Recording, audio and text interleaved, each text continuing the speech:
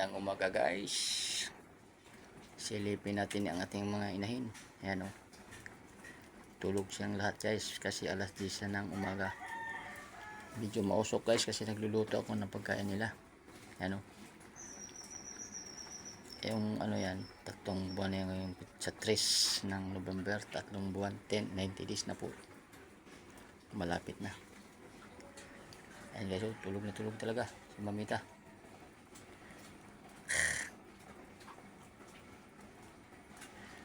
Oh, walang galaw-galaw. Tapos itong namang isa si Kabang. I-update ko, balik-balik na lang sila. Lagi kong i-update yung mga inahin ko. May isang buwan na po itong buntis din.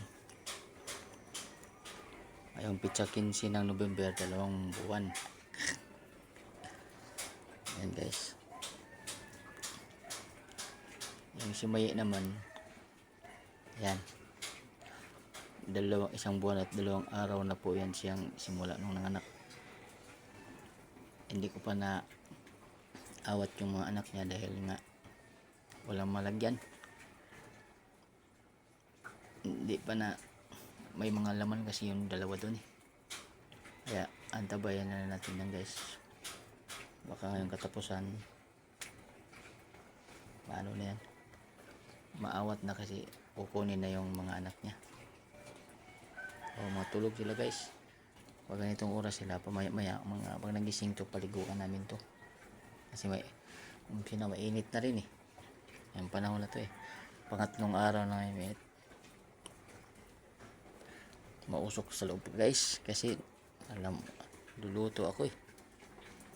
Ano, tulog na tulog talaga.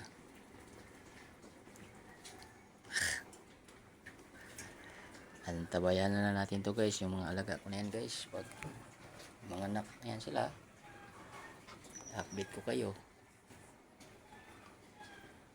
Ito lang naman ako, hindi mo ako nagbibideo sa ibang mga baboy kasi hindi mo lang pumapasok ko doon sa mga kapitbahay ko, pero na ako nagbibideo doon, baka magalit sila eh.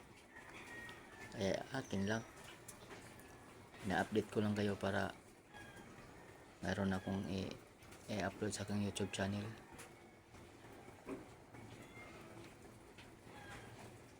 Ito ngayon ang kaganapan sa loob ng aming kulungan ng baboy.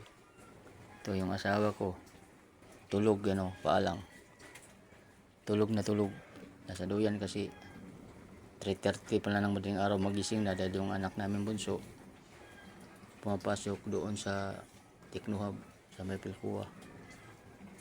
Alas 5 ang pasok niya, kaya maaga nagising. Kaya yun, pinapatulog ko muna para makapahinga naman.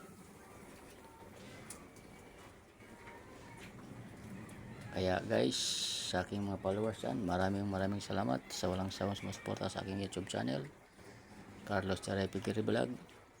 Sa aking mga kaibigan dyan, mga hindi kaibigan, pansang sulok ka man ng mundo, ingat lang, magdasal tayo sa Panginoon na bigyan tayo lang palagi ng malakas ng pangatawan. Kasi nasa atin naman yung pagdadala kung gusto na lang natin healthy, diba? Ako nga, ngayon nag-iingat na rin ako sa sarili ko kasi bilang lang araw, senior citizen na po tayo guys. Ganun pa man, tuloy-tuloy pa rin tayo sa ating mga ginagawa. Hindi natin talaga to iiwanan agad, kaya natin ang ating katawan. Magandang umagang muli. Bye bye na. Advance Merry Christmas sa ating lahat.